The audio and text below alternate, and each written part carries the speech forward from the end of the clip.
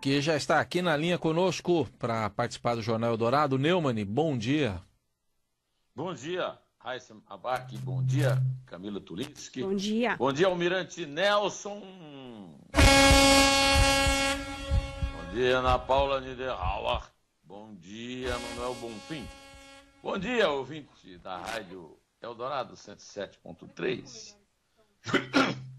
E vamos começar aqui falando da ação de ontem da Polícia Federal, que a gente acompanhou o início dela e que acabou prendendo 5 dos 7 conselheiros do Tribunal de Contas do Estado do Rio de Janeiro. A investigação mira ainda no presidente da Assembleia Legislativa do Rio, Jorge Pisciani, do PMDB. Ele foi conduzido coercitivamente. Bom, sobrou só uma conselheira agora, porque o 6º foi exatamente o ex-presidente que delatou os colegas. Situação insólita, no mínimo essa, né, Neumann? É insólita, mas no Brasil está ficando rotineira, seu Ais. Os conselheiros alvo da operação, só para deixarmos aqui os nomes, né? Aloysio Neves, atual presidente, né? Zé Gomes Graciosa, Zé Maurício Nolasco, Marco Antônio Alencar, que é filho do ex-governador Marcelo Alencar, e o vice-presidente, Domingos Brazão. Sai um, entra o outro, né? Os delatores, além do conselheiro e ex-presidente Jonas Melo Filho, o seu filho, o Jonas Melo Neto. Só escapou a Mariana Montebello. Sabe quem é a Mariana Montebello? A 7ª. Ela é filha do presidente do Tribunal de Contas do município do Rio, Thierry Montebello. É mulher do desembargador do Tribunal Regional Eleitoral, Flávio Willemin. Esses laços familiares da conselheira que não foi presa dão claramente a dimensão da natureza patrimonialista da escolha dos membros desse tipo de tribunal. Órgão que assessora o Poder Legislativo e, portanto, nada tem que ver com o Judiciário. As delações do ex-presidente do tribunal, Jonas Lopes, e de seu filho, que é alvo da Operação Descontrole em dezembro do ano passado, foram usadas na operação batizada de o Quinto do Ouro. A função dos tribunais de contas é fiscalizar e orientar a administração pública na gestão responsável dos recursos públicos. Quem diria, se não fosse, hein? Ou seja, esta é outra tradição que se renova, se amplia e se multiplica. A das raposas encarregadas de tomar conta dos galinheiros. Raposas vitalícias, né? Bom, raposas vitalícias. Já que você tá Pelo falando... para sempre. É isso. Já que você falou de galinheiro, então foi por isso que esses insígnes, né, fiscalizadores da coisa pública estão lá fiscalizando tudo. Por isso que eles terminaram aí na cadeia como ladrões de galinha, é isso? Os presos de ontem são investigados por supostamente fazerem parte de um esquema de pagamento de vantagens indevidas, que pode ter regularmente desviado valores de contratos com órgãos públicos para agências do Estado, em especial os membros lá do tribunal, né? E também da Assembleia Legislativa. As informações que embasaram a decisão do Superior Tribunal de Justiça tiveram origem numa colaboração premiada realizada entre os dois investigados e a Procuradoria-Geral da República. A Operação O Quinto do Ouro investiga a suposta participação de membros do tribunal no recebimento de pagamentos indevidos oriundos de contratos com o Estado do Rio, na época do governo Sérgio Cabral, mas parece que continua pezão afora.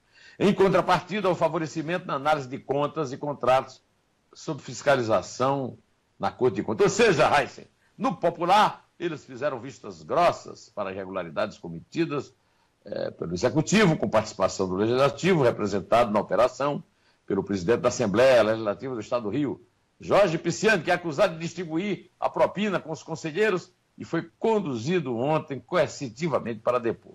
Ou seja, a vergonha é ampla, geral e restrita. Além disso, agentes públicos teriam recebido valores indevidos para viabilizar a utilização de fundo especial do Tribunal de Contas do Rio para pagamentos de contratos do ramo alimentício. Fome eles não passarão mais. Atrasados junto ao Poder Executivo Fluminense, recebendo para isso uma porcentagem por contrato faturado. As ordens de prisões e condução foram expedidas pelo ministro do STJ, Félix Fischer, que é o relator do inquérito. De acordo com a Polícia Federal, nós já sabemos disso, mas é bom repetir, para mostrar o caráter histórico da operação, o nome é uma referência ao quinto da coroa, um imposto correspondente a 20%, que a coroa portuguesa cobrava dos mineradores do ouro nas Minas Gerais, na época da colônia. Uma das mais conhecidas formas de recolhimento ocorria mediante a obtenção de certificados de recolhimento pelas casas de fundição do ouro. Apesar do rigor na criação de uma estrutura administrativa e fiscal, visando, sobretudo, a cobrança dos quitos, o imposto era desviado.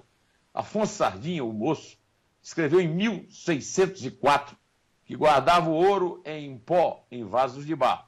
Outro uso comum era o de imagens sacras ocas, para esconder o ouro. Daí a expressão santo do pau oco. A língua também absorve nossos hábitos contumazes. Em dezembro do ano passado, a Operação Descontrole, desdobramento da Lava Jato, levou para depor o então presidente do Tribunal de Contas, Jonas Lopes. De acordo com a delação do executivo Leandro Azevedo da Odebrecht, ele teria pedido dinheiro para aprovar o edital de concessão do Maracanã, que está lá as traças, né? E as contas da linha 4 do metrô. Em 2013, o Wilson Carlos, que era secretário de governo do Sérgio Cabral, avisou a empreiteira que o edital do Maracanã, a empreiteira é uma das donas, uma das concessionárias atualmente, havia sido enviado ao TCE e que a empresa deveria procurar Jonas Lopes. Segundo Leandro, Jonas Lopes e ele teriam acertado o pagamento de 4 milhões de reais, 4 parcelas de 1 milhão. A contrapartida era absolutamente clara, segundo o delator. Em troca do pagamento, o TCE aprovaria o edital da concessão do Maracanã, seu Reis. Que beleza, hein? Mas essa quadrilha aí responsável pela falência, também pela situação de miséria em que vive o estado do Rio de Janeiro, ô Neumann, tem também tentáculos familiares federais, né, Neumann? Pois não é, seu Reis. Jorge Pisciani, presidente da Alerj, é pai do brioso ministro de Esporte de Temer, Leonardo Pisciani. O Leonardo Pisciani, vamos lembrar aqui, Raíssa, rapidamente, ele foi indicado por Eduardo Cunha, o cara de Cunha, também do PMDB do Rio, para liderar a bancada do partido, quando foi necessário enfrentar a Dilma lá na Câmara dos Deputados. Mas ele terminou traindo Eduardo Cunha numa negociação feita pelo pai, agora envolvido em corrupção, com a lídima, a impoluta, a honestíssima presidenta Dilma Rousseff. Ainda está reivindicando esse papel, ela, hein? Não foi a primeira vez que um Pisciani traiu Dilma. Afinal, o Jorge apoiou Aécio na eleição de 2014. E agora, recentemente, o Leonardo traiu a Dilma, passando para o lado do que os petistas chamam de golpistas e assumindo o ministério do governo do vice, que deslocou a presidência no impeachment e assumiu a presidência. A empresa da família Pisciani foi citada também no acordo de leniência de uma executiva da Carioca Engenharia. A matemática Tânia Fontenelle declarou em abril do ano passado, ou seja, o tempo suficiente para o senhor Temer ter demitido o senhor ministro delatado. Ela disse ter comprado vacas superfaturadas. Você lembra também o Renan, o boi voador, de uma empresa da família. O Roriz também, né? O Roriz. É. A empresa dos Piscianos se chama Agrobilara, comércio e participação para o caçador da empreiteira. São controladores da Agribara os PMDBistas Leonardo Pisciani, ministro de Esporte do governo Temer, Jorge Pisciani, presidente da Assembleia Legislativa, e Rafael Pisciani, deputado estadual e secretário de coordenação de governo da Prefeitura do Rio. Que família, hein? Bom, mas com essa prisão... Isso aí é família em italiano, famiglia. Famiglia. Siciliano, famiglia. É isso aí. Mas com essa prisão temporária, então, de 5 conselheiros, tem um que já tinha saído, mas de 5 conselheiros que estavam atuando no Tribunal de Contas do Estado do Rio, ontem, agora a Associação Nacional dos Ministros e Conselheiros Substitutos dos Tribunais de Contas, que é o nome grande aqui da Audicom, avalia adotar medidas judiciais para garantir a atuação dos conselheiros substitutos na Corte de Contas, agora lá do Rio.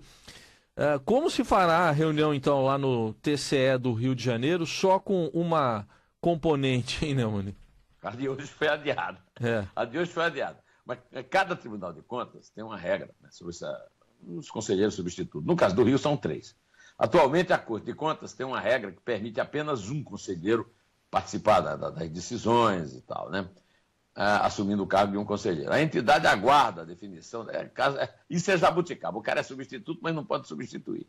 A entidade aguarda a definição da presidência do TCE para uma sessão na próxima terça-feira, se reúne terças e quintas, para decidir se os cargos vários serão ocupados. Com isso, na prática, enquanto os 5 conselheiros permanecerem presos, a corte vai ficar travada. As prisões também, ela só aprovava tudo em troca de propina. As prisões temporárias têm prazo de 5 dias, mas podem ser prorrogadas por mais 5 dias ou até mesmo convertidas em prisão preventiva, se o Regis Fischer concordar com isso. A sessão prevista para ontem foi suspensa por falta de quórum, viu? A lei complementar prevê um número mínimo de 4 conselheiros para a realização das sessões. Diferente dos conselheiros que são nomeados por indicação política, todos eles são, os substitutos são concursados e têm que ter diplomas. Em artigo no Estadão, Cíntia Baru de Lopes, professora da FGV, escreveu que há um forte componente político nas indicações em virtude do modo de como são feitas historicamente no Brasil. A nomeação política cria um vínculo muito grande entre o nomeador e o nomeado, e isso pode facilitar casos de improbidade administrativa e corrupção. O ministro ou conselheiro acaba por julgar autoridades que lhe colocaram no cargo. Embora não haja nenhum movimento para mudar o sistema de nomeações, um modelo mais justo seria o do concurso público, uma vez que as atribuições exigem conhecimentos especializados e técnicos. A seleção mais objetiva ofereceria autonomia aos membros dos tribunais.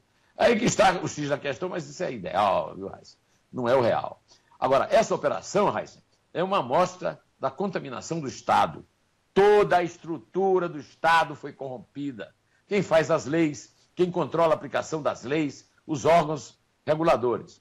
Vejam o caso dos fiscais corruptos do Ministério da Agricultura, indicados pelo PMDB há 18 anos e presos na Operação Carne Fraca. É por isso que essa manada de elefantes passou. Ô, Raíssa, ninguém viu, cara.